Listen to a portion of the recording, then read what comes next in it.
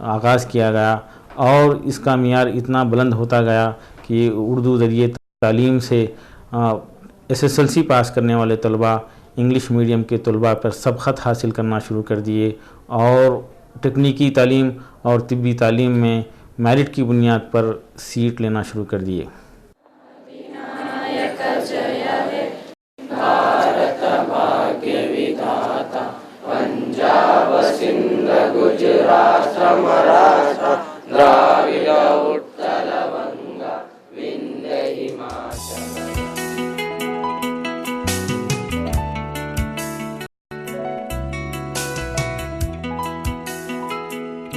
یہ ہے آج کا جدید بیدر، جو اپنے دامن میں پچھلی تاریخ کو بھی سمیٹے ہوئے ہے۔